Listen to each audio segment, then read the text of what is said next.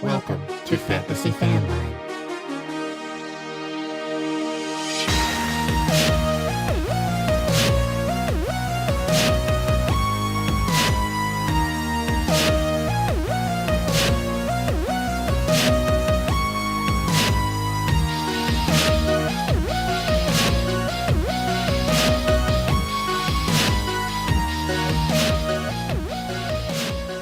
Hello, everybody. Welcome to Championship Week of Fantasy Fanline, the fantasy football call-in show putting you on the air with industry experts each and every week. I'm your host, Greg Scalera, here as always with my co-host, Sanchi Value.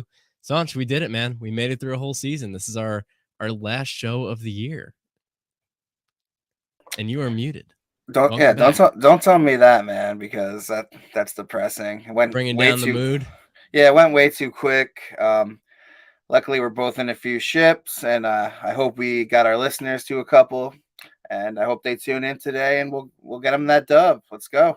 Look, man, time flies when you're having fun and winning titles. So, we hope all of you listening with us each and every week, we hope you all did well this season. We hope you had fun joining us. Albert, dude, good evening. Man. Good evening to you, Albert. Thank you for joining us every week. We appreciate you so much, and appreciate hearing from you on every show. You certainly, Albert, know the deal. For anybody joining us the first time, we're a call-in show, 618 Fanline. You can give us a call anytime for the next hour. We will be live with a special guest who I'm going to bring in just a few minutes here. But, end of the season, it's been a lot of fun. We've had expert guests on pretty much every week to talk to you guys. That's what we do here. If you've enjoyed our content, we hope that you consider supporting us over at patreon.com/fantasyfanline. That is our support community for our independent show. The Fantasy Fanatics, I'm going to shout them out right now, every single one of them. We got Alan Wu, the legendary Alan Wu, who we spent half the year shouting out by himself. He was carrying this show on his back. Josh Green, the second one to come along, made a few bets with us on the show, had a lot of fun along the way. He won some, he lost some. Specifically, he beat me in all of them, and he lost against Sanch in the biggest bet of all, in my opinion. John Lanfranca, friend of the show, guest of the show at one point. Really happy to have him supporting us. We have him on a couple times a year as a guest to give out some advice. He's got his own channel. And Joe Morandi, Joe from Boston, our newest supporter. Joe, thank you so much for joining our Patreon group over there. Your support means the world to us. Sanch, anything you want to say to the Fanatics? Is it the Fantasy Fanatics or is it the Fanline Fanatics? I think I say it different every single time. Do you want to make a decision live on the air? Should we hear from the people? If any of you are listening, Fanline Fanatics feels a little more authentic. It's more specific to us. Like Fantasy Fanatics could be like a Lord of the Rings enthusiast group, just like a fan of the fantasy genre. There's not a whole lot of fan lines out there. I like to think that's a little more on brand for us. Fanline Fanatics. It's official on the show until I forget next time we talk about it. See you next year. Yeah, but if anyone wants to sign up, patreon.com/fantasyfanline. We have different levels of support from as little as $1 to as much as $15 a month. You can earn things like live shout outs on the show, priority calling codes to skip the line when you give us a call to ask questions about your team. You get a listener league next year with the two of us and some of our guests. Tommy chiming in, Tommy Donuts, and saying Philly Fanatics. Is definitely not going to be that because Sancho quit the show and we need Sanch. Yeah, I can't do that. Sorry, Tommy. No chance. The question, though, Tommy, is would you sign up and pay us money if it was the Philly Fanatics? In that case, we'll have to talk. The answer is no. The answer is no. All right. Well, that's our supporter group. What else do I have to talk about? I have to cut half my script here because most of it is talking about how we're here every week moving forward. And this is the last week. This is our last show of the regular season. Don't despair too much. Make sure you're subscribed to us on social because we do a couple of off-season shows. We did some last year. We did some really fun cross-topic mock drafts. We had some guests on from wrestling shows to draft our favorite wrestlers. And we drafted our favorite video games with some friends of ours who stream over on Twitch. So, we're always doing something fun, and we'll have the occasional off-season check-in show about fantasy football, looking at some like risers and fallers after the NFL draft, talking some dynasty. So make sure you're subscribed. Facebook, Twitter, Instagram. That's where we post those kinds of show updates.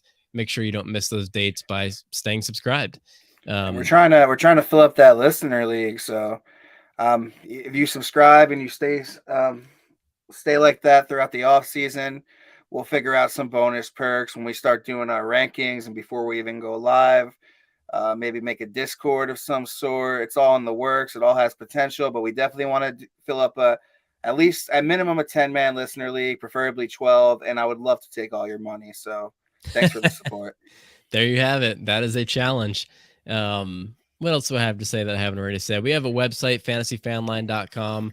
It's not going to be much use for the next couple of weeks because it's where you can go to submit a question to our mailbag, usually for shows. And looks like our guest is trying to get into the room now and he's having some trouble. So I'm going to just, Sanch, do you want to just talk for a minute while I send an invite over to our poor guest here? Of course. Well, I hope everyone listening had a great holiday season. I know I did. It went too damn quick. Back at work, probably the longest work week in history. It's dragging, but we have championship weekend. Is that coming up for fantasy out of football. anticipation? No, it's just Christmas is over and we have to go back to the real world. But yeah, anticipation for my big fantasy football championships. I hope whoever's watching made it to at least one because I know most of you probably do multiple leagues. I'm in 2, not as many as I wanted to be in, but beggars can't be choosers. I know Greg's in a couple. He told me, this when you work so hard and you obsess yourself with this stuff, comes naturally sometimes. And, yeah, for those of you watching right now, drop a comment. Let us know how you did this year. If you're in any titles, any championships, we will congratulate you live on the air here. You can also ask us questions about your roster, start sit questions if you want to drop a comment wherever you're watching. We stream on YouTube, Twitch, Twitter. I know we have people watching all over the place. You can also pick up a phone. Again, 618 Fanline. We're going to start by just taking some mailbag questions here, and our guest will join us whenever he gets into the room. Sanch, you want to get started? You cool? Let's rock. Let's party. Jerry in New York. Oh, this is a good one for you to handle because you are our resident Garrett Wilson stan. Are we comfortable rolling out Garrett Wilson over Terry McLaurin now that Mike White is back? Mike White, the chosen one. Yeah.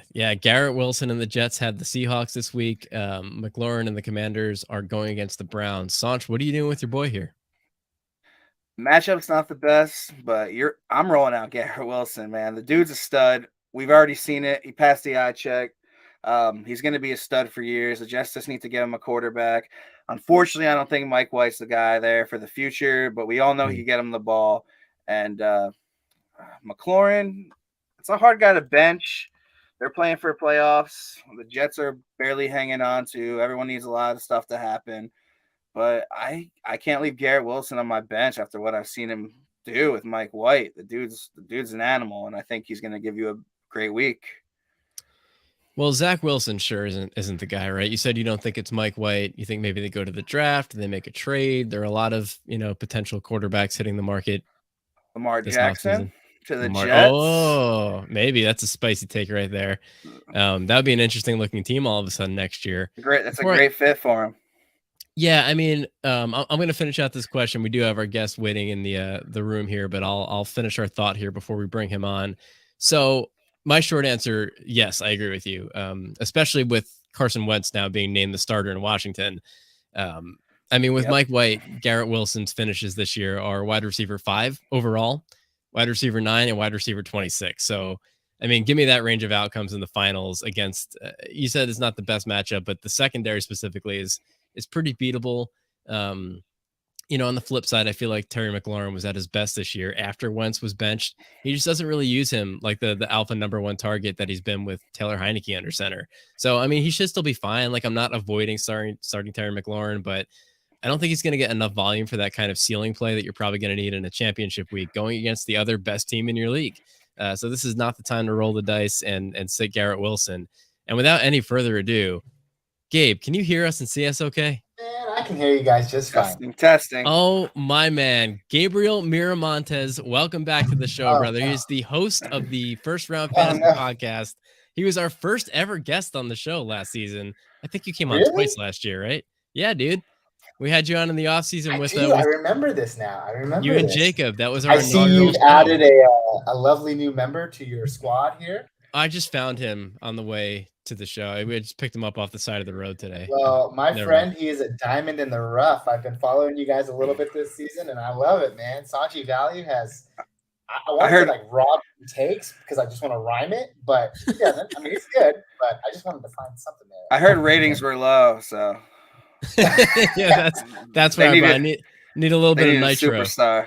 Well, anyways, hey, thank you so much for having me, guys. I appreciate it. And I heard you guys just talking about Garrett Wilson, which is something that you and I were kind of talking about a little bit yesterday when you sent me some info to look over. But yeah, man, I fully agree with you, Greg. Garrett Wilson, he's a number one wide receiver in my eyes. You got to look at what he's done with Mike White over that course of the 3-week stretch where Mike White was actually healthy, right? Wide receiver 5, wide receiver 9. Phenomenal. That wide receiver 27 finish was kind of like, but that's only because Mike White was banged up. But he still didn't kill you. It's not like he dropped off the face of the earth. He would have been a serviceable flex. Of course. And I just think that his ceiling is so much higher than a guy like Terry McLaurin, who you were just talking about. Whereas Terry McLaurin is, TD dependent. He's got 4 or 5 touchdowns over the last 5 weeks, but touchdowns are just so, they're so unpredictable, even though he's been able to string a couple of them together. But Garrett Wilson, on the other hand, he's just, the ceiling is out there for him. And he's a monster. He's got great talent. He's got a quarterback who likes throwing him the football, beatable secondary. I mean, I've heard enough. It's consensus. And Garrett Wilson in this one. Yeah, we've seen the versatility too, where it's like one game he's got 15 targets, 10 catches, 100 couple yards, right? And then we've also seen the games where he's gotten you 2 touchdowns. So the versatility is there. I like him over Terry McLaurin for sure. Gabe, I just want to take a second to appreciate your backdrop there. That is pretty cool, man. I don't think that was a thing last year. And I mean, I've seen it on your YouTube channel where your show is, because I am a fan of your show. And I was like, I can't wait till Gabe comes on and I can pay him that compliment. That is cool.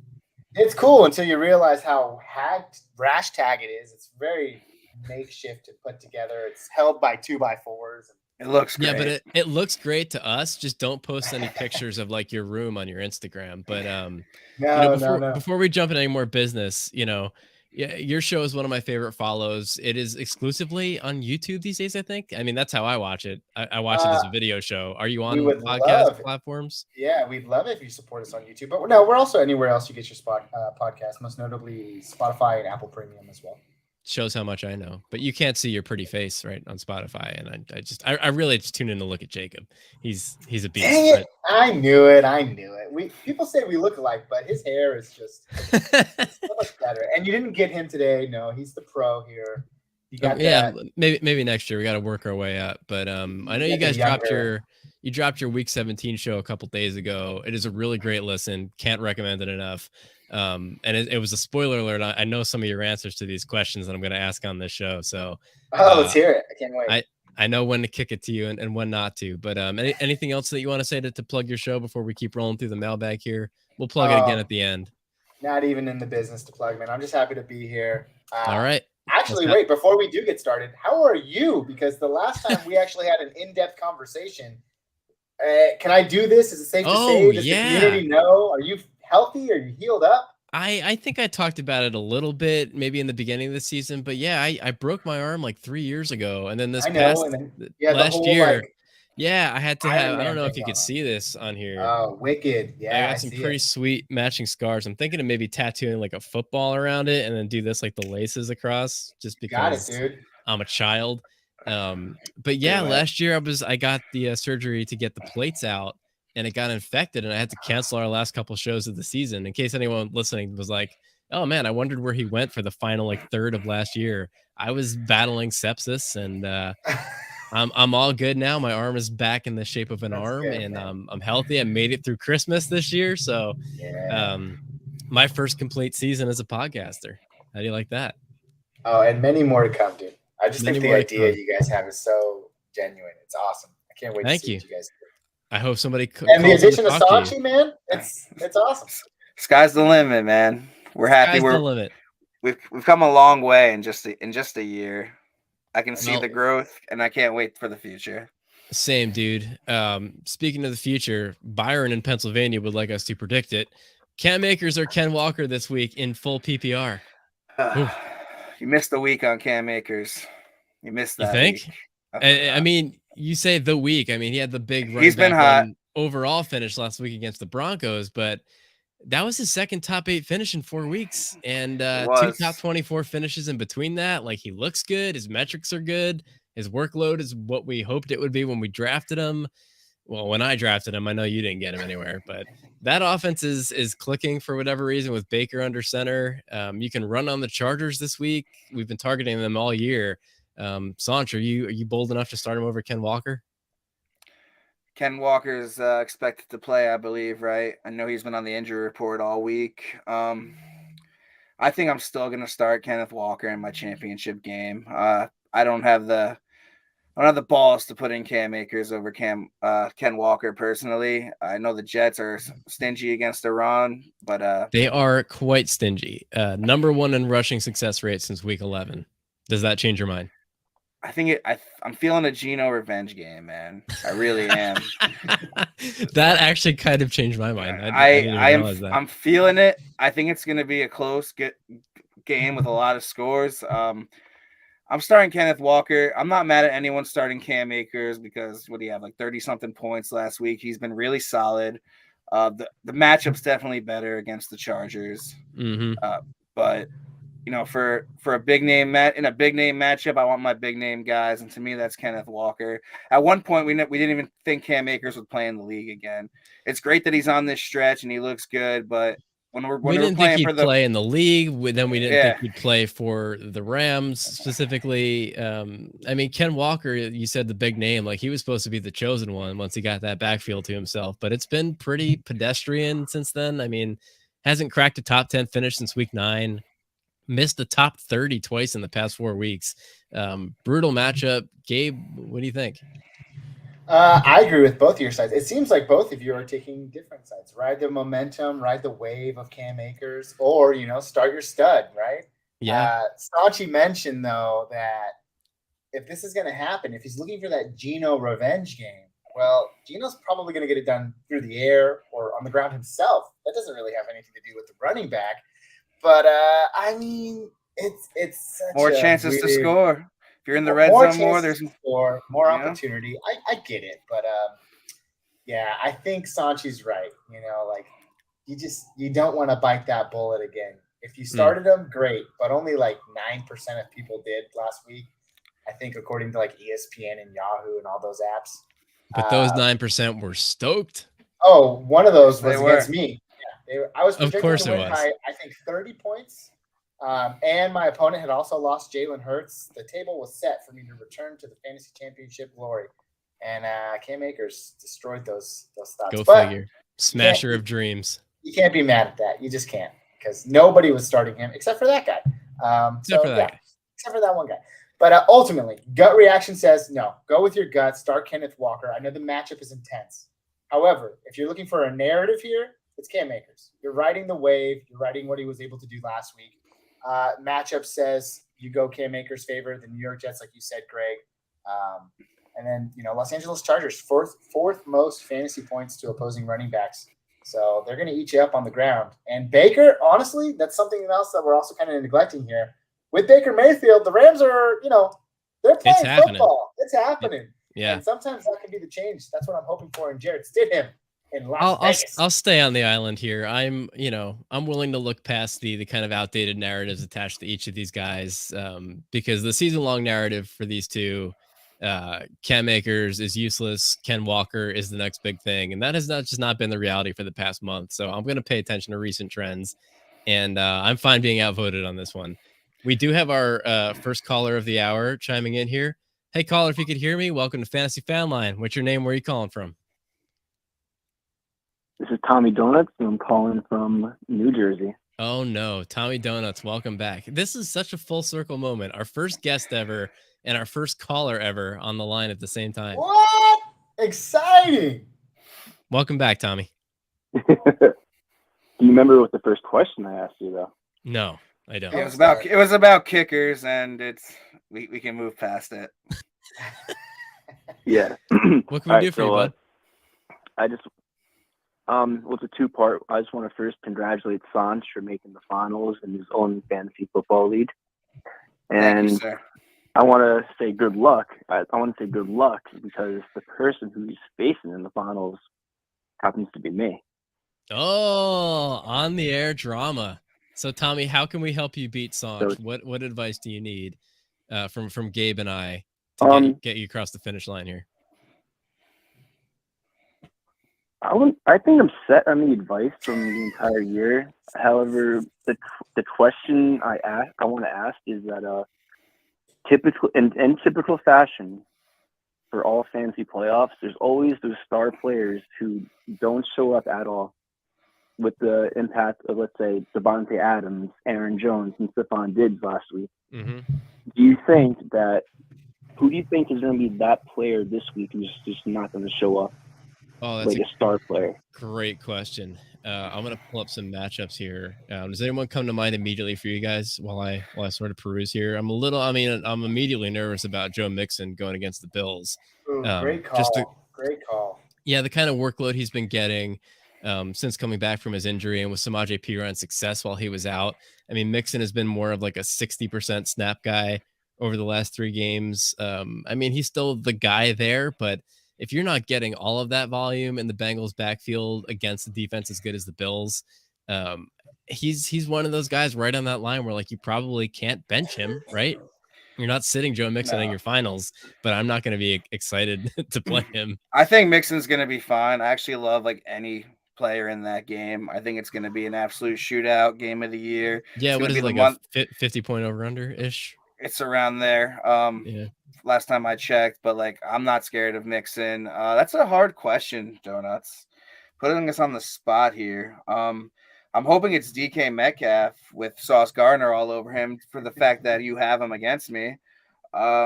But you know what? At the end, let me just say something. It doesn't matter because you're gonna get ripped. Fields is gonna drop a 40 bomb on you, baby. Saquon's gonna go to the house 3 times. You stand no chance. You saw Devontae Smith with Minshew Mania last year. You're getting trash, kid. Don't even call here again because that's a fat L for you. Bow down to your champion.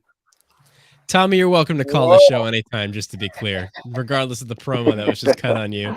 I would also like to nominate Josh Jacobs as a potential bust this week, just with all the turmoil happening right now on the Raiders going against the 49ers. Gabe, who are you afraid of this week as far as studs go?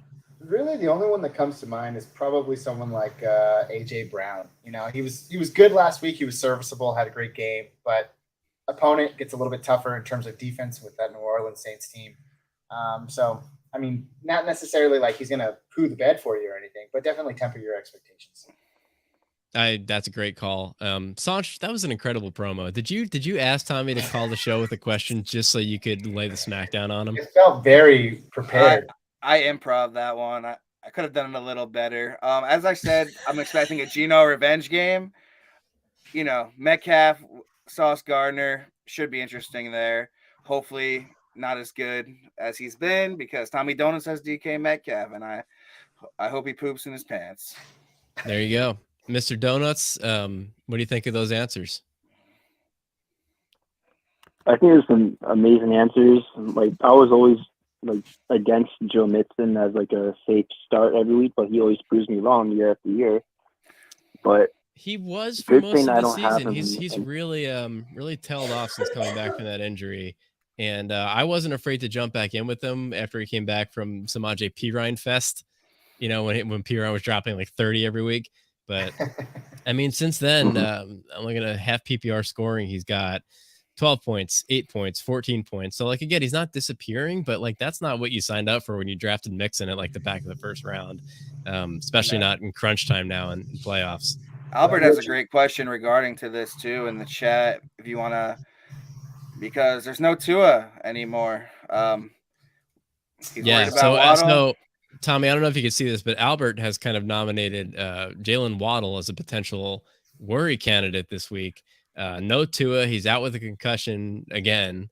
I'm that's not worried. An interesting question. I mean, I feel like between him and Tyreek Hill, like those guys just make plays regardless of who's getting them the ball. They're playing against the Patriots, which I mean, I don't love. Who's going to be? Is it Teddy Bridgewater under center? It's Bridgewater, but he'll be fine. Waddle will be fine. They both did fine with him. And those are two guys you just don't bench, Ty Hill and Waddle, when they're healthy. You're playing them.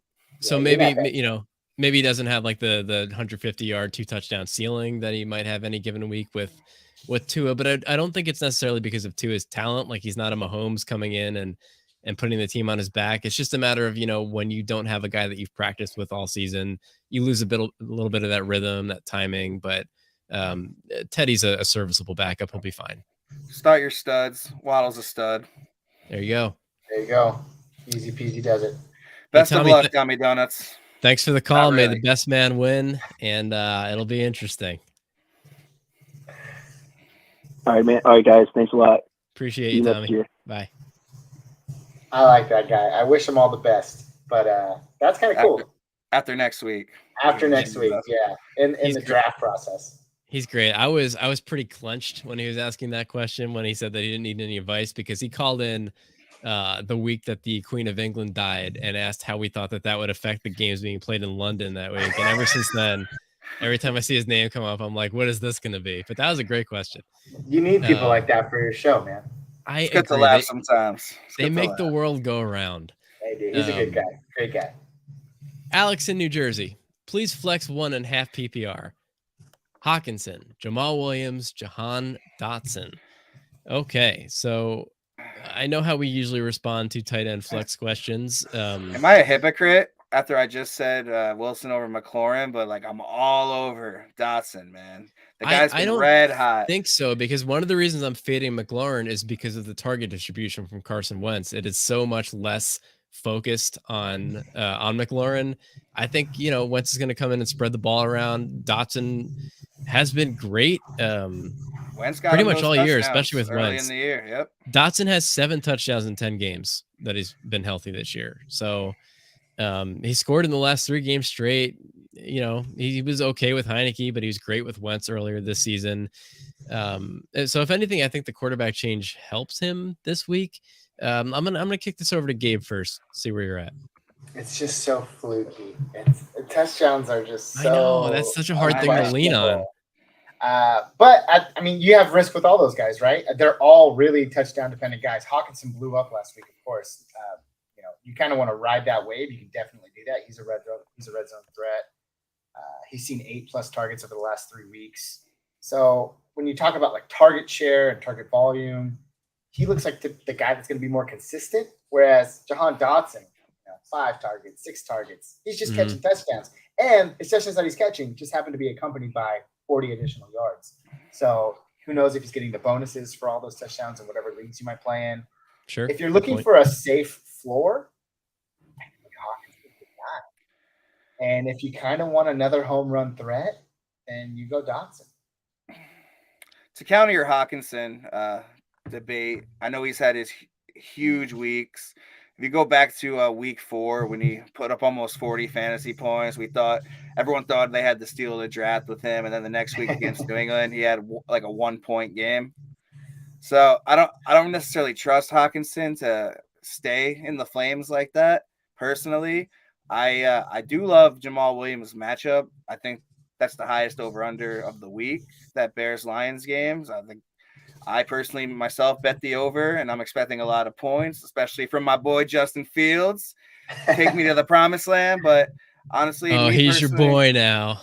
Oh, I can't wait to go back and splice footage from the offseason. You should have drafted him. Well, I drafted him, just not in our league. Your boy Jalen Hurts looking extra Hurts right about now for those big games, but I'm just saying. Well, it doesn't matter because I'm out of the playoffs anyway. You're right. I didn't want to go there. I will say this. Hawkinson did play for another team at that time. He's playing for the Minnesota Vikings now. That's a great point. He's tallied together a few good games in a row here. I get it in the tight end landscape. A good game for Dotson though. 2 for 30. For Dotson though, like people were shaking in their boots with that San Fran matchup. He still got 9 targets, 6 grabs, 76 yards, and a tutty against San Fran is all I need to see.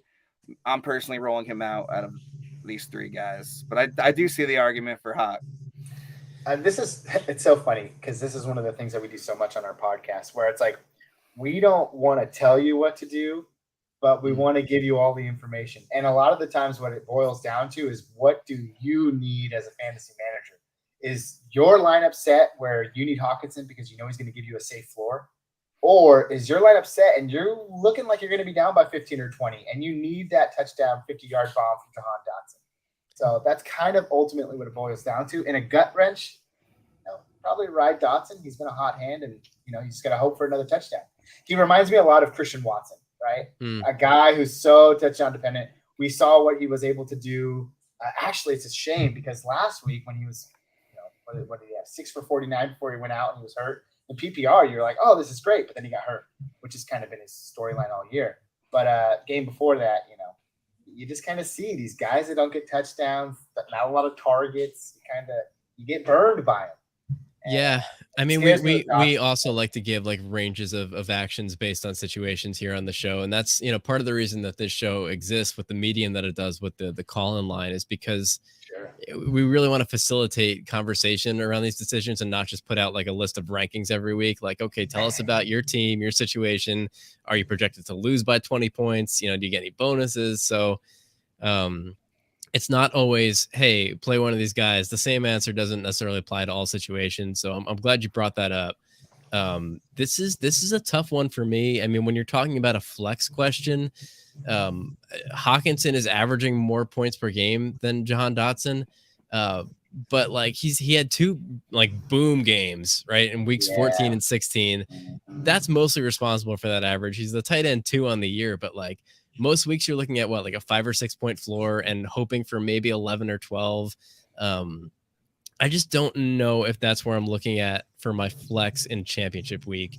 I'm probably looking for a little more upside than that. Not that Hawkinson doesn't have the upside. It's just like his season total numbers and his average points per game are just so skewed by those 2 weeks. And the other 14 weeks, 15 weeks didn't help you as much. So really quick to touch on that. We just talked about this. Fantasy football. It's such a similar case scenario with so many different perspectives. But we were just talking about this with Cam Akers, right? Mm-hmm. It's like he's coming off an explosive week. Are you going to trust that again, or is it a facade, right? And yes, the difference for me is that there was a clear change in situation with Cam Akers. I feel like they've made an intentional kind of let's game plan around Akers. He's our strength. He's apparently healthy. Sure. Baker Mayfield is throwing the ball, so we're not going to win any shootouts through the air. Jamal Williams, I mean, Sanch, I love the matchup, obviously, against the Bears, unfortunately. But Williams has really fallen off, I guess, with Swift's return. Yeah, I mean, not that Swift has been involved either. So, like 3 straight games outside of the top 40 for Williams. Goff has struggled too. I don't think I could trust him. So I'm not crazy about any of these guys. I think I would take Dotson here, and just hope that he brings in another touchdown.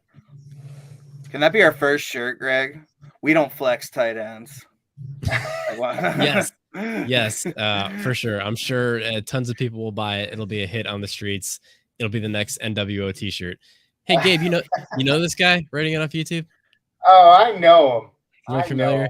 Shout out to Jacob. Jacob, if you can hear me, I just called him like an hour before this too. You were the one that wanted to be. He was the one that. Jacob, I don't know. I can't say it now. I'm just nervous, but they really wanted you here, Jacob. I'm finding that out now. I'm the scapegoat for this scenario. Hey, speak for yourself. You're doing just fine, man. Gabe, you had the benefit of being the one who answers all the messages on your the first round fantasy account. So I do. That gets tough, man. You could have passed that invite to Jacob at any time. You're like, no, you know what? I'll be there. But shout out to Jacob, co-host of First Round Fantasy, good friend of the show. He came on last season. He's got a question here. Is Brandon Ayuk going to go insane this week? I assume he knows the answer to this and is either just trolling you. I mean, are you guys going head to head this week in the finals? Does he have Ayuk? No, Jacob Bartley is actually in 3. We play in an enormous amount of leagues together. It's insane, and I don't feel the need to say any more on that. But he is in 3 fantasy football championships, and 3 of the most important ones that we kind of talk about the most. We always conversate about. So I'm very excited for him. I want a member of the first round fantasy team to be in that discussion, and luckily for us, he can build our resume. But Brandon Ayuk, I mean, the narrative's there, right? No Debo. He's been ruled out. Playing against Las Vegas, New Year's Day. Brock Purdy looking to rebound, even though he's been playing great actually. But I don't know. I just feel like Kittle gets a lot of love. CMC gets a lot of love. Ayuk is that third man in targets, and it's what's he going to do? It comes down to the touchdown game for me because 5 for 50 isn't going to cut it. Is he going to get a touchdown? I don't know. He's my wide receiver 23 this week, but even as I'm looking at that, I'm like, I don't know. Amari Cooper could have a better day, but he's got a tough matchup against Washington. Alan Lazard. The thing with Ayuk, sorry to cut you off. The thing with Ayuk, you're good, man. Whenever you need him, he lets you down, I feel. Like, whenever you're in a big week, you're like, all right, Brandon Ayuk, matchups fire, no Debo. He's got to be the guy. Here comes Juwan Jennings with 2 touchdowns and 120 yards. Like, I don't necessarily trust him. That's kind of the nature of the 49ers, though, right? Yeah. I mean, that was the knock on their offense for a long time before Debo had his season that he had last year. But, like, you never used to be able to trust a single running back or wide receiver in that system. It was always, oh, someone's going to be great. We don't know who it is each week. But I don't know. Which I feel like for Debo, football, that's amazing. But for fantasy, right? Really grinds your gears. I'm looking at some stats here. Ayuk has a 22.4% target share, which is higher than I was expecting. That's actually pretty solid. I mean, had a pretty great year. Brock Purdy's back, no Debo, beatable secondary, going against Las Vegas. I just think that there's a world where they steamroll the Raiders this week, unfortunately, and can just run the ball all day because there is so much turmoil, not just with the quarterback situation in Las Vegas with Carr getting benched, but just like team morale right now. Who knows what kind of shape Devontae Adams is going to be in, if he's even going to play. And we have a question about that team later that we'll get to, but I think that my answer, Jacob, directly to your question is that he might, but he's risky. I don't think he's going to go insane. I don't think insane's the word. He could. I think there's a world. I think there's a ceiling, but I think there's also a floor where he just disappears. And I'm not, not firing up as a wide receiver too. Maybe a flex, a second flex, just for a potential nitro button.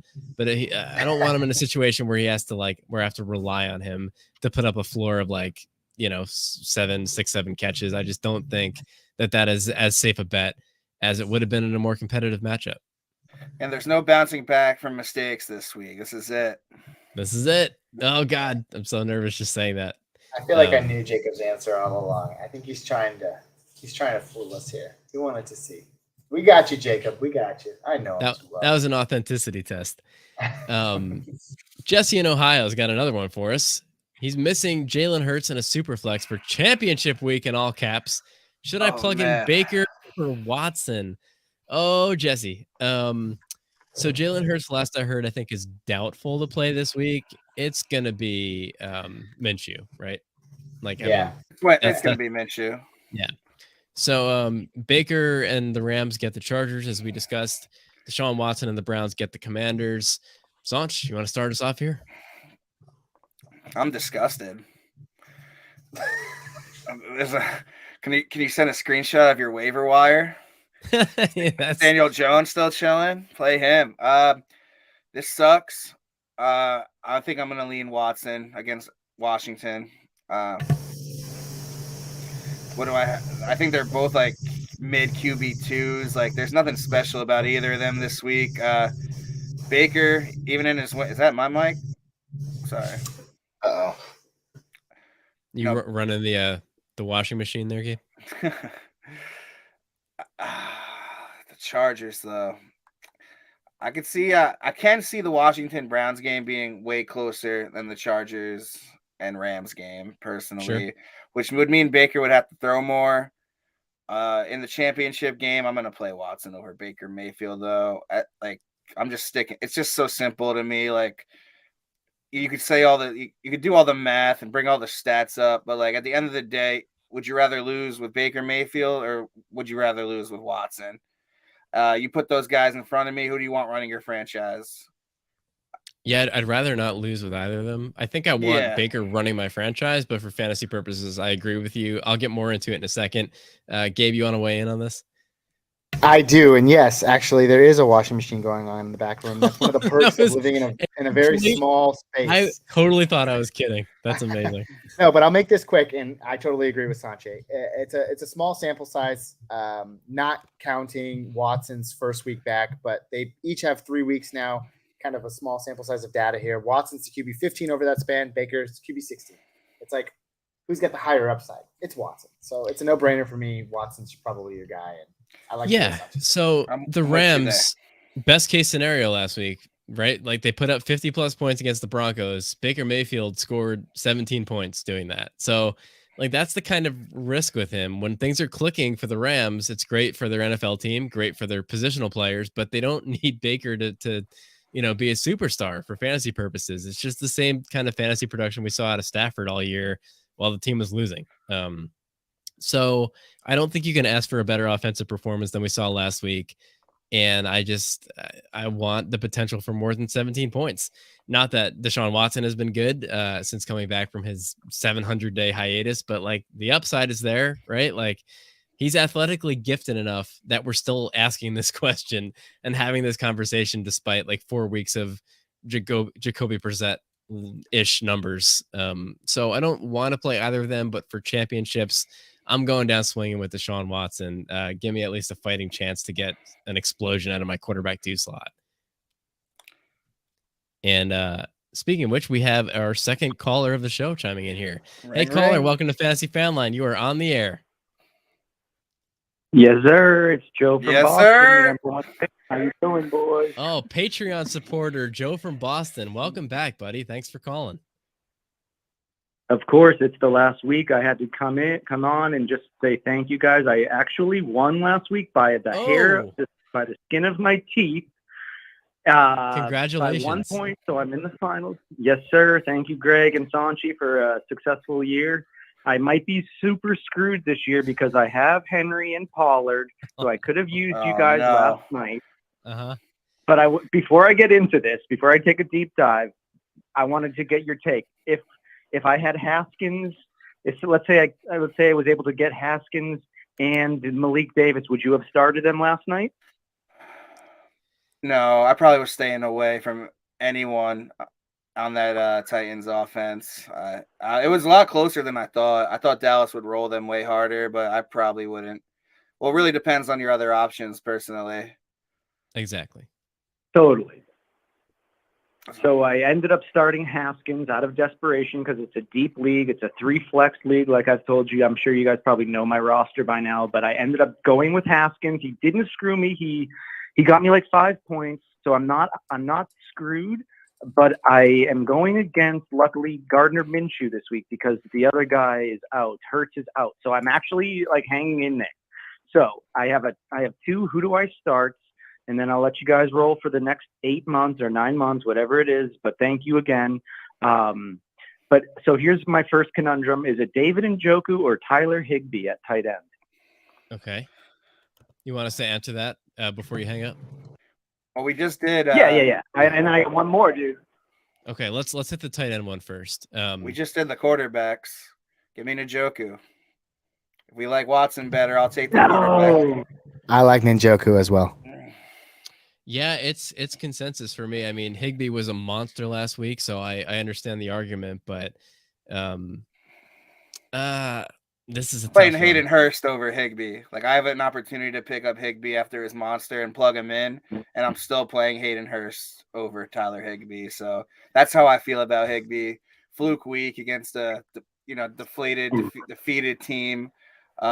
We all liked Watson over Mayfield, so we got. I mean, I have to take the tight end.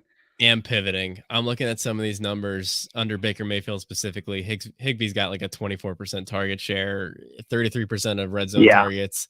I think that game plan has refocused itself a little more around Tyler Higbee since they made the quarterback change. So I am voting for Tyler Higbee this week, but I understand again if I am outvoted. Great. Joe, it sounds like you made up your mind. I'm with Higbee too. And I wanted to get. I need your guys' professional opinion, but I was honestly leading Higbee. Higbee is just a beast. He's like their number one receiver now. It's Baker Mayfield's best friend. They go to church together, and they have breakfast together. So Trust your gut, brother. Trust your gut. The Stafford. Yeah. I was gonna say I know breakfast has been a proven indicator of success in fantasy football.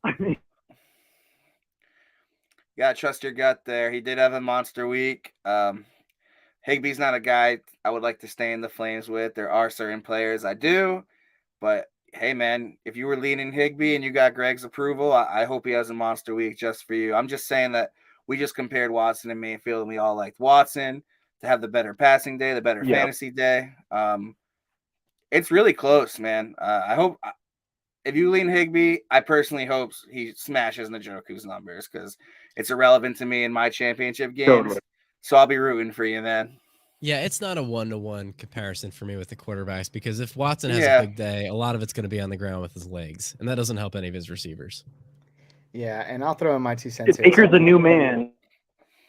Oh, wait, what? You're good. You're good. No, I was just going to say that, Greg was pivoting live on air. And the great thing about fantasy football is you can pivot however many times you want up until game time, as long as you get your thoughts out. And I kind of like what Tyler Higbee's been doing. You're right. That 23% target share is amazing. What Watson's been able to do is so-so, but David Njoku hasn't necessarily been anything in that time span except for 1 week. So, I mean, there's a world out there where Higbee has fantasy success. And I think you're right. Or Greg was right. The Rams have done a really good job to game plan around him, get him more involved as we kind of near the end of the season. And again, this is the third time we're having a conversation like this where a guy who blew up last week is now in a conversation. And the first 2 times we said, hey, maybe you shouldn't stay in the flames with this guy. I think this time around, you need to look at why. Like, was there a change in situation? Was there something that supported it, or was it just the same old every week and a different result 1 week? You throw that away. But when you have a quarterback change and all of a sudden there's more chemistry with a guy, I believe in that. Screw it, I'm pivoting too. Let's go, Higbee. Good luck, man. Good luck. All aboard the Higbee bus. Well, Baker's just been a new man with Sean McVay. Sean McVay is a quarterback, whisperer. So I think Baker, he's got a lot to prove, and that was a big point for me that I wanted to tell you guys. When it comes down to this week 17, a lot of this it's because I lost Henry and Pollard, but a big strategy is you got to pick guys that are in like the playoffs or have something to prove that they're actually still trying. A lot of guys are done for the year. They don't care anymore. They're done. They're wrapping it up. They're throwing in the towel. But I think Higbee's like on a contract year, and Baker Mayfield has a lot to prove. He's got a huge chip on his shoulder, so he's got to put some. So I'm loving Higbee just because like the way the Rams do it, they like lock into like this one.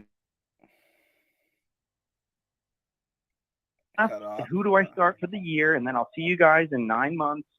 I can't wait to see how the 2023 quarterbacks shake out. That's going to be something I'm really looking forward to over the offseason. Like, where's Baker go? Is Brady going to move? But my last, who do I start? Take me home, Sanchi, for the $2,000. Do I go with New York Giants defense? Yes! Roll them. Don't even tell me the other team. Jacksonville defense. Woo! Don't even tell me the other team. I like the Giants, bro. Let's go. We're in the this is a tough one. win, and we're in. Giants is a smash. Yep. What'd you say the second one was? I want to give you a Jaguars versus Texans. He had 2? Well, Giants is a smash, but it's. I was just gonna say maybe Atlanta against a joke of a team in Arizona, and Jacksonville, who's been hot, against Houston. So for me, this is between the Giants and the Jaguars for me. Yep, smash. Sanch, I know you're big fans of both those teams, actually. Jags have been hot. I mean, let me pull this up. Speaking of 2023 quarterbacks, I'll give you a little heads up. Draft Trevor Lawrence next year because I'm going to get him. I'm taking him everywhere. Oh, yeah. For sure. Jags have been a top 5 fantasy defense the last 3 weeks straight, and they get the Texans. So that's tough for me. I'm probably actually leaning Jacksonville, but Gabe, you're probably the most impartial on this panel here. Go ahead. Definitely. And I got a very similar question to this question the other day on our podcast, where it was New England or Jacksonville. And when you look at those two, Jacksonville's been on a nice little run here, whereas New England's been a little bit more consistent throughout the year. But over the course of the last month, they're virtually giving you the same amount of points. So in that scenario, I said just don't overthink it. The defense is the last thing you want to just be able to just set it and forget it. We went with New England there. Hopefully it works out for him. But here, We have that same question in our mailbag today. So Yeah, there it the New is. York Asked Giants, and man. answered.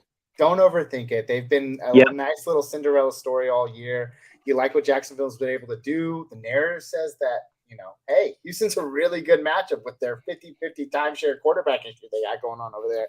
But at the end of the day, you just kind of don't overthink it, man. That's the last thing you want to do, to just really eat yourself up about. So for me, it's the New York Giants for sure. Also with Nick Foles. I'm changing my mind because I was looking at recent scores and I didn't realize, 2 of the last 3 games were bust, but it was the Eagles and the Vikings. The Colts are neither of those teams. So never mind.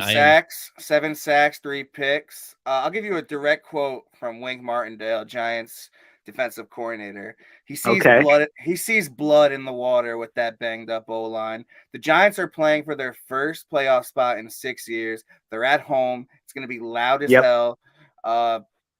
We're going to try to kill that guy, Nick Foles, man. And I think they will. That's unbiased. That is unbiased. Let's get 4 sacks, a pick 6, a couple picks. Why not? I was talking to Greg earlier in the week. I'm like, I'm struggling between the Chiefs defense against Denver, which is one of the best matchups on paper.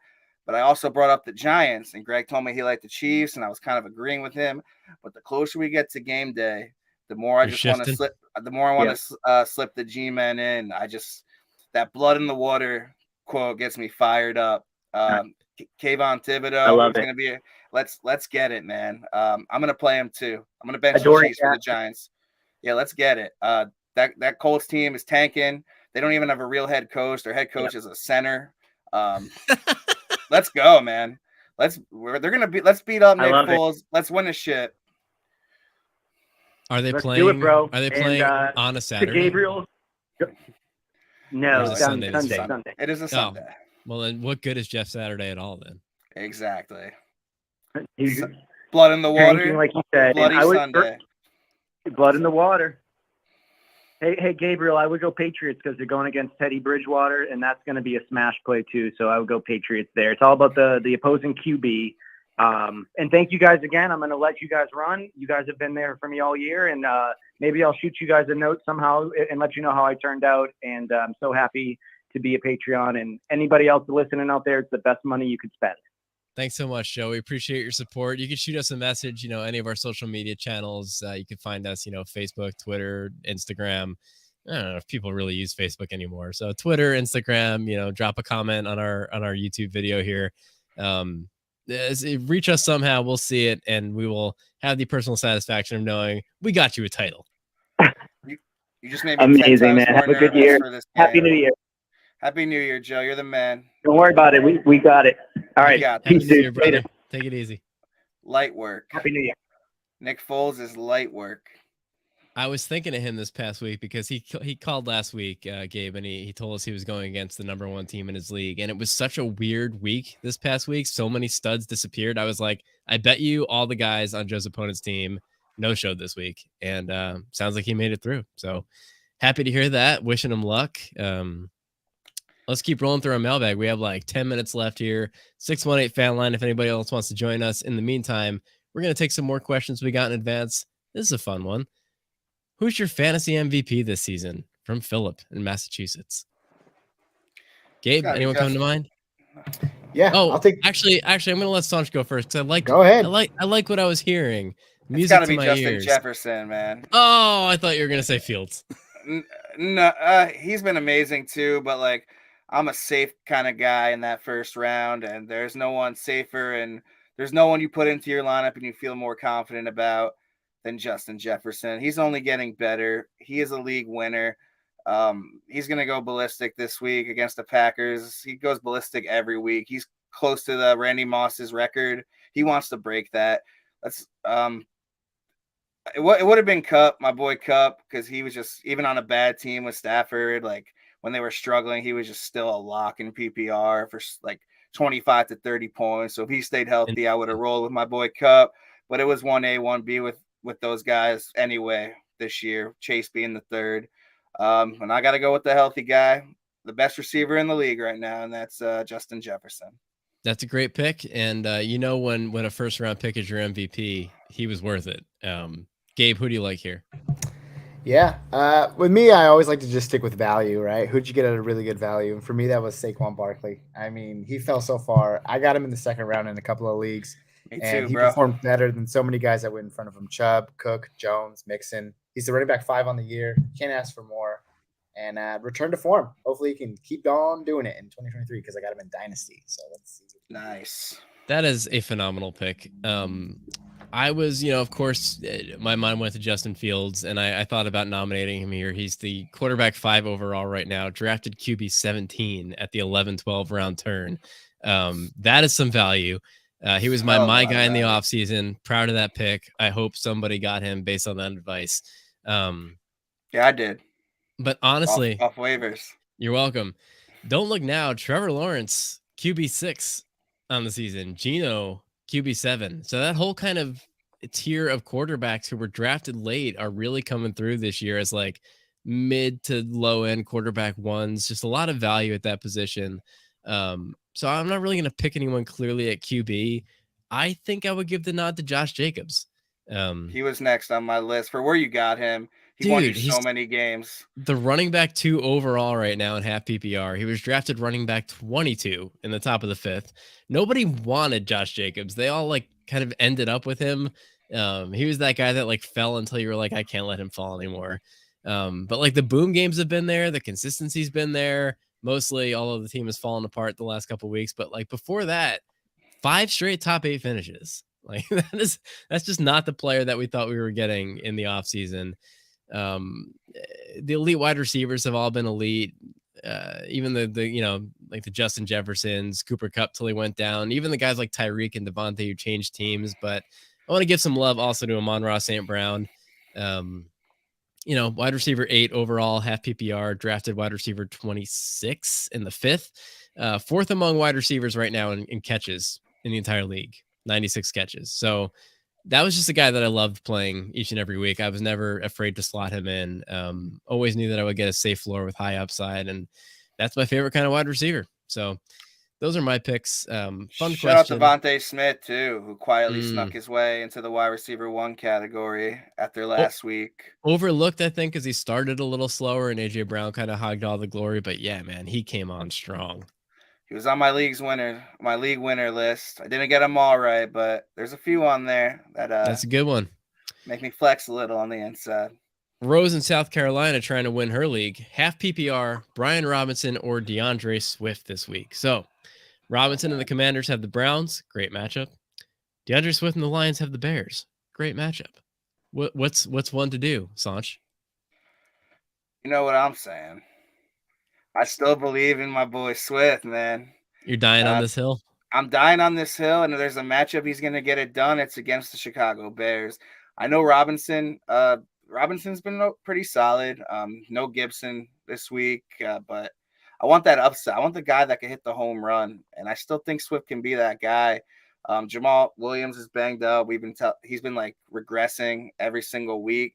And I just love, as I said, like the Lions Bears matchup, the over under is so high. I think it's going to go over. I just think there's going to be fantasy points galore in that game. And I'm going to die with my guys, man. I'm going to die on the hill with DeAndre Swift. Gabe, are you dying next to him? Nah, I'll go Brian Robinson here. Antonio Gibson's out. The volume's there. It's so sad what happened to DeAndre Swift. And I get it. You want the high upside. But I like how we have 2 guys in this question. One of them was shot in the leg this year. And you're like, it's so sad what's happened to the other guy this year.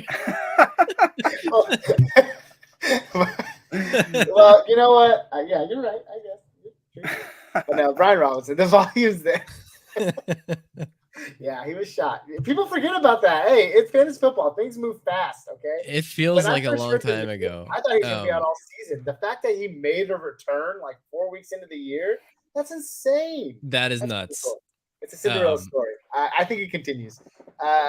DeAndre Swift, since like week 8, he's only had 1 week in the top 10 discussion, and I think 3 overall in like the top 20. But those top 20s were on weeks where there were a lot of buys. I want to say Sir Swift, but the volume and Antonio Gibson being out and the great matchups is Brian Robinson. Definitely more volume coming Robinson's way, but I think Swift's been saving the best for last. And since this is the last show of the year, Screw it. Get mad at me and yell at me next year. I'm rocking with Swift. So you're gonna make a bold call here and hope that everybody forgets about it by next season if it busts. Or they remember and think I'm the fantasy god. I like the strategy. Look, Brian Robinson had 6 fantasy points last week, but 22 carries. So I mean, that's kind of the floor, like the absolute floor. I mean, he's gonna get the lion's share of the carries there, but give him 3/4 of those carries against a miserable Browns run defense instead of who did he have last week? Oh, the 49ers. So, That's rough. Not a lot of people are going to go very far, even if they carry the ball 22 times against that team. I think he's going to have a much better day this week. I don't have any numbers in front of me about what the expected fantasy points are if you get 22 carries, but I'm sure he ended up pretty far below that. So you'd expect some kind of regression to the mean there. DeAndre Swift, great matchup, but he also had a great matchup last week against the Panthers. He ran the ball 4 times for 12 yards. He caught 1 pass on 5 targets for 13 yards, 3 fantasy points. I mean, we all know the upside because he started so hot this year, but I'm scared. He only has 2 double-digit carries in 2 games this entire season. One of them was in week 1. So man, this is a hard one. I think I'm going to give a conditional answer like we talked about before. I think that if it's a close kind of game script between you or your opponent or you're favored, I'm playing Robinson because I think he's got a safer floor. But if I'm trailing, if I got off to a bad start on Thursday Night Football, I need to make up a lot of ground. I'm going to put in Swift, and I'm going to hope for a Sanchian level game out of him. I'm going to hope he's everything that Sanch dreamed he was going to be, and he's going to win the week for me. So when it's this close for me, I like to trust Vegas. 40.5 on that Browns Commanders game, over under. And I'm looking now, 52.5 Bears Lions. That's a whole lot of points. That's significant. Are the Lions favored in that match? I assume they are. Yeah, they are giving 6 points to your Bears. So which means they should be ahead, and Justin Fields should carry me to the promised land. Traditionally, give me the favored running back in a high-scoring over-under game. It's just that role has been so weird. The backfield in Detroit this year. If the two of them, if he and Jamal Williams were one guy, I'd be smashing him, figuratively, but probably not in this case. I understand the narrative. We're a few minutes over. You guys cool running a couple more minutes to hit the rest of these mailbag questions, lightning round them? Let's do it. And back to betting odds. DeAndre Swift plus 125 to score a touchdown. Oh, I like it. Brian Robinson plus 105 to score a touchdown. So, Robinson's a little more favored on the touchdown side of things, but the over-under is definitely more in favor of Swift. There you have it. Robinson, safer bet. Swift, higher upside. Will in New York, would you rather throw a dart at DJ Chark or Gabe Davis in the finals? Honestly, I'd rather throw a dart at both of them than I would rather play them. But corny jokes aside, Gabe, who are you taking here? Man, I don't think it's a dart at all. It's DJ Chark for me. 3 out of the last 4 weeks, he's been a top 20 guy. We've been talking this whole episode about staying in the flames and doing what you got to do. Meanwhile, Davis hasn't sniffed the top 35 in 6 weeks. So, I'm sure Sanchi likes to look up the Vegas odds. There's a lot of points to be had in this game. The narrative is set for Davis to have that 50-yard bomb, but also the narrative was set 2 times in that 6-week span, and he wasn't able to do it. So, DJ Chark for me, man. Yeah, those 3 of the 4 past 4 games that you just mentioned, those weren't flukes. Those were 5+ catches, 90+ yards in each of those games. I mean, that role in that passing offense is legit all of a sudden. Bears passing defense is non-existent. Love the Lions receivers this week. He's not getting a ton of volume, but he's the deep target there, and he's going to have every opportunity to break a couple of big plays in this one. It's so funny that I was just going to say, it's so funny that DJ Chark is a topic on this. It's one of the questions because Jacob and I on our podcast, we talk about DJ Chark so much. It's annoying at this point. But is it because you love the talent? Is it because his name is so cool? There's 9 wide receivers in Detroit, and really for a long time you could only trust Amon-Ra St. Brown. But Chark is Chark, man. He's different chalking up the- passing game the past month or so. Chark and ball for sure. And Greg knows how much I love Gabe Davis and how much he's let me down. Can it happen with the second highest over under? Can he have that monster game we've been dying for and he's just been letting us down with? Absolutely. And that's how it usually goes. You bench the guy, then he goes nuclear on your bench. Yeah. But I already died on the Swift Hill. It's DJ Chark for me. I just really like every player in that matchup. As I said, I think there's going to be a lot of points, and I can see him finding the end zone. But it really comes down to if you want to sweat on Monday night, if you want to be down like 16, 17 points, Gabe Davis take you to the promised land. That's not a thrill ride I want to go on, man. I love it. I live for those, but I'm not tall enough to ride that one. Yeah, DJ Chark for me. I'd personally play Davis because I'm a sicko, but I'm trying to give good advice here. And I think you should probably play Chark. Do as we say, not as we do. It's DJ Chark here. I mean, Gabe Davis just hasn't carved out a valuable enough role in the Bills passing offense. Like maybe he'll get some red zone looks, but the Bengals are doing such a great job of shutting down the deep ball. And Gabe and Josh Allen have already been having enough trouble connecting on that for whatever reason. So, game's going to be a shootout, but I don't think I could play him this week unless I'm like desperate. You have to be desperate. I'm leaving him on my bench too. That's how I know it's the week. Damn. Good Lord. Steph in Colorado says, should I stick with we kind of answered this already. Should I stick with the Pats defense that brought me to the Nats or stream the Jags for the better matchup? Kind of 6 and 1, half dozen the other here. I'm going Pats. Is that consensus? It's New England. Pats. Yeah, they're the number one fantasy defense by a lot this year. And there's a reason for it. Big plays, sacks, you name it. I think they're matchup proof. So, Jason in Connecticut, start Juju or Christian Kirk in a PPR league. Gabe, I know how you feel about Juju this week. I'm going to let you start this one off. Yeah, man. On our podcast, we do dark horses of the week, basically like starts of the week, but you got to be a little different, change the tune up a little bit. And the narrative's there. Juju had a down week last week. Denver's bad, but they can't be as bad as they were last week in stopping the run because that was a completely fluke game. You see the firing of Nathaniel Hackett, and it's just like, is the team going to step up? Sure, they can step up on the ground and maybe hold Isaiah Pacheco to, 18 for 60. They're probably not going to stop McKinnon. Can't all be Cam Akers. Yeah, you can't all be Cam Akers, but I think what's really going to happen here is Patrick Mahomes is going to come in and do what Patrick Mahomes does, and he's going to get it done through the air. And again, down week last week, but before that, he saw double-digit targets in each of the previous 2 weeks coming back from that concussion, and he's just been solid. He's a solid play. Kirk, he hasn't been a top 20 guy since week 13, and I think that has a lot to do with the emergence of Zay Jones. Very hot first half. Ever since their bye in week 11, he's settled in more as like a middle of the pack wide receiver 2, which is still fine for where you drafted him. But I think the way that we thought of him over the first half of the season, that dream is probably dead and buried at this point.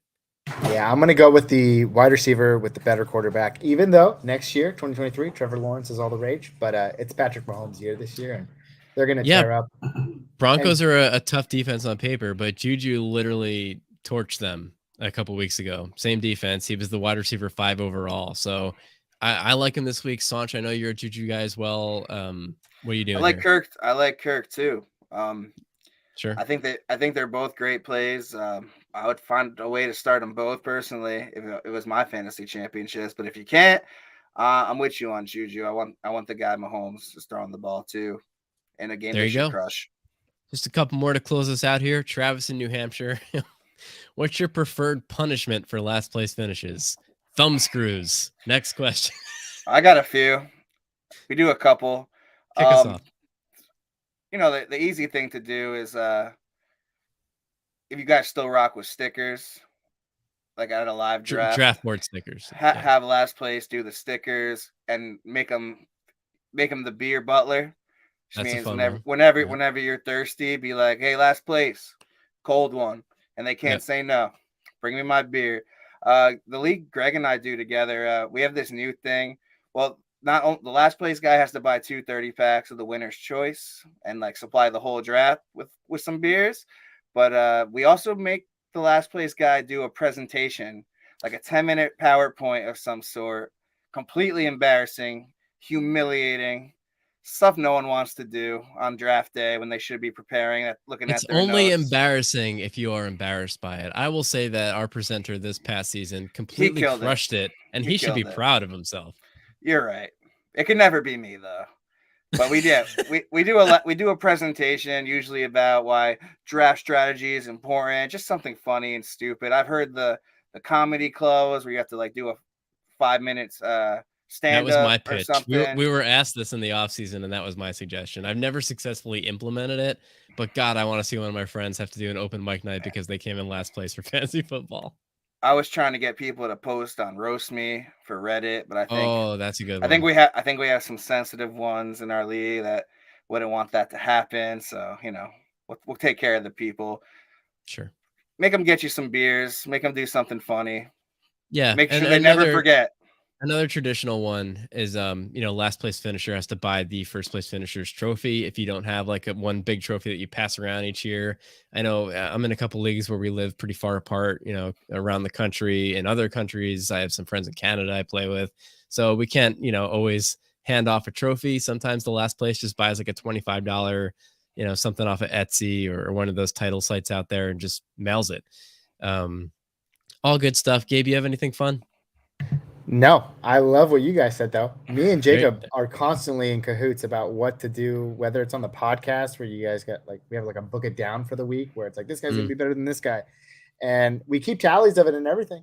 And Jacob's losing this year. And I'd like to eventually punish him in some way, but I can't because we never come up with anything. But no, we usually do the last place sticker guy. Different name for it. But yeah, same here. I love all your ideas. I love them all. Sticker B. Sticker Butler. Love a good sticker B. That's not what B stands for. And also, preferred punishment. I don't know that it's a punishment so much as it is a reward for finishing in last. So fun question, Travis. I do have one more that we got late, and we'll close out the show with this one from J Willie at 33 on Instagram. Losing my voice. Which Raiders out of Derek Carr, Devontae Adams, and Josh Jacobs will be on the active roster next year? So we talked a little bit about the Raiders' dysfunction. It's an interesting question, I guess, for dynasty purposes. The Raiders are 6-9 right now. I think probably one of these guys will be on the roster because losing all three at once would be a really severe upheaval for a team that I think had playoff expectations coming into this year. But I can't really make a good case for any of them to stay. I guess if anyone, it'll be either Devontae or Jacobs, but Tay Adams is my bet. I saw Derek Carr unfollow the Raiders today. He's gone. If you saw Josh Jacobs' last interview, he's like, "What else can I do? We work so hard. We don't see results." Was really frustrated after the loss to the Steelers last week. He talked a lot about 4 years of hard work, didn't really see any results. He's the NFL's leading rusher right now by over 100 yards. Does that surprise you guys? Because I was shocked.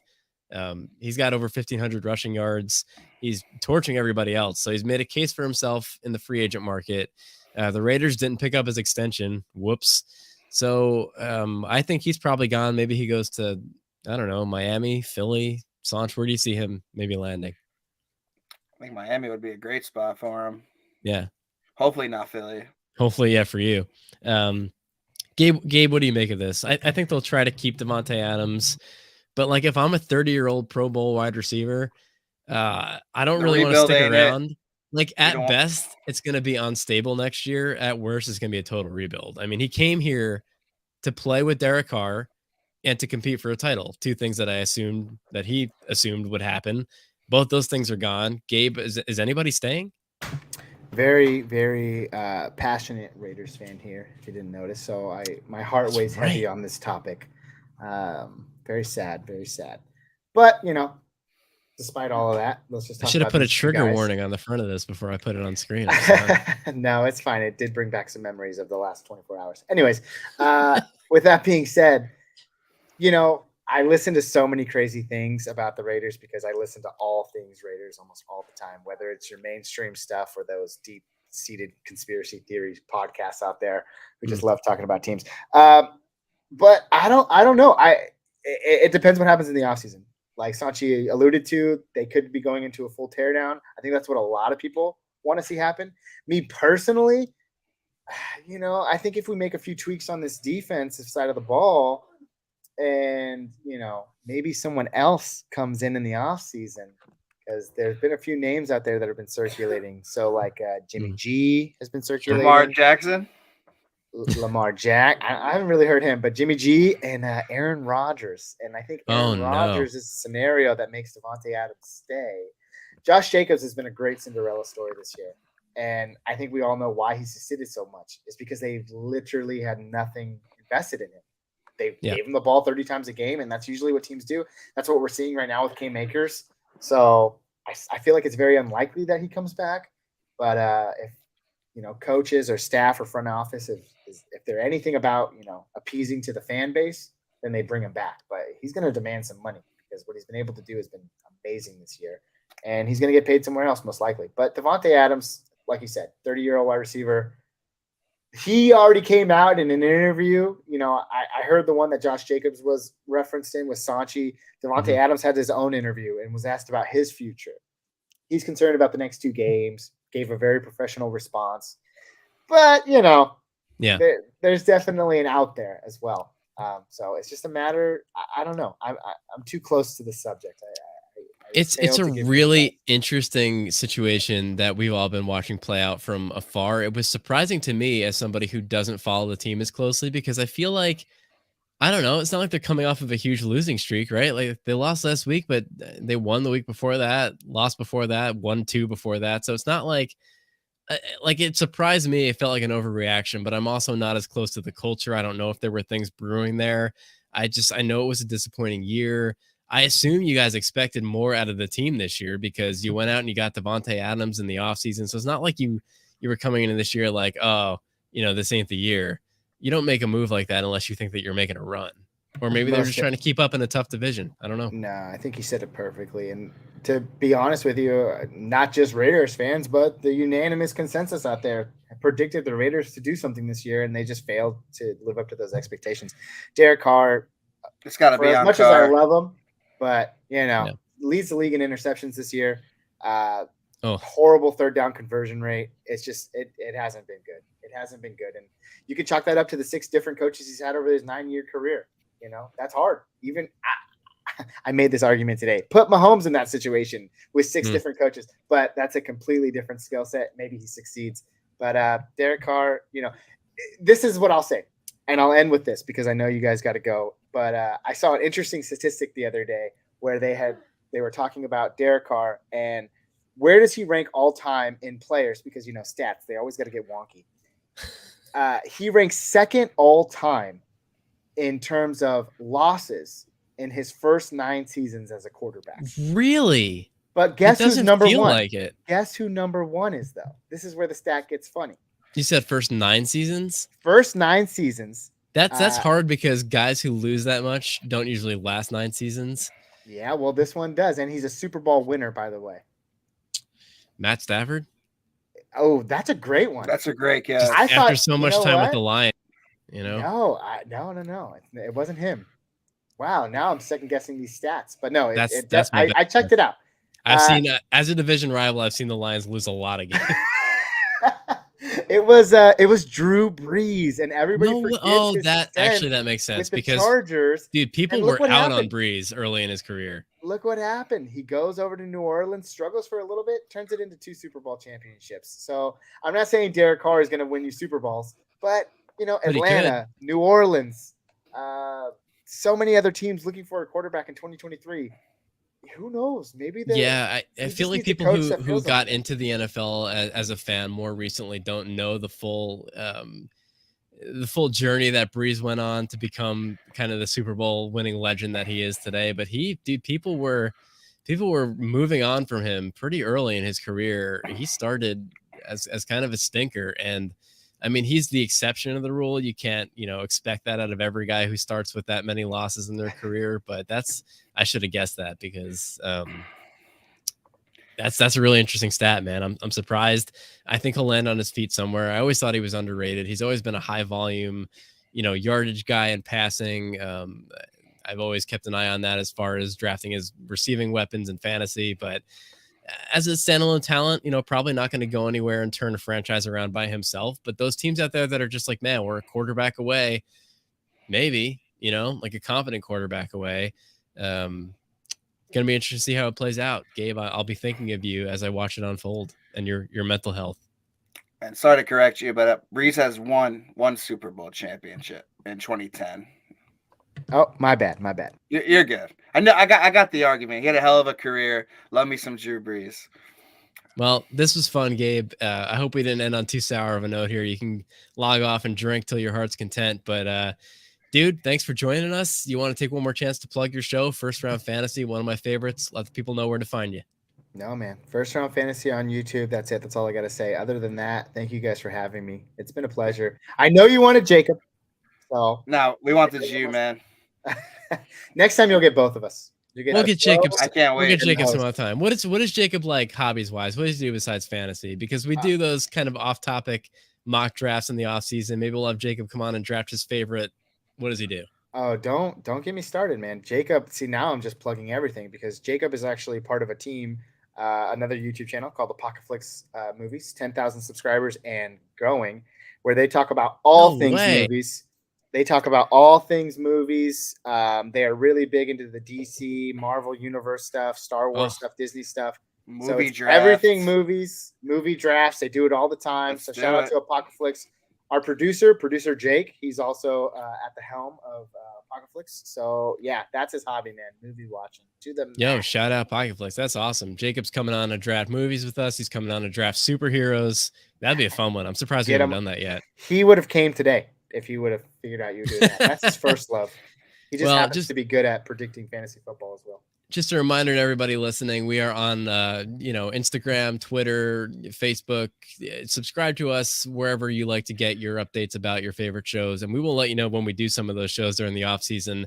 This is our last show of the regular season, but we're not going away forever. Catch us over the summer, especially the closer we get to NFL draft season, the more we're going to chime back in and do stuff. Just a heartfelt thank you guys for joining us all year. I don't have my usual spiel to give here about tuning in again next week, but I do want to thank our patrons again, patreon.com/fantasyfanline. If you want to go over there, be a part of our, of the Fanline fanatics, as we decided on air today. We'll be really happy to have you, and you can get some exclusive perks for doing that for as little as $1 a month. So, Sanch, any closing words for the 2022 fantasy football season? Let's bring home that hardware, baby. Let's go. Yeah, good luck to everybody. Make sure you comment. Let us know if we helped lead you to a championship this year. We'll be happy to hear it, and we'll retweet it, share it on Instagram. Let's talk about the glory. Everybody, for Sanchi Value, for Gabriel Miramontes, I am Greg Scalera. Thank you all so much for tuning in this year with us. We'll talk to you next time on Fantasy Fanline. Goodbye.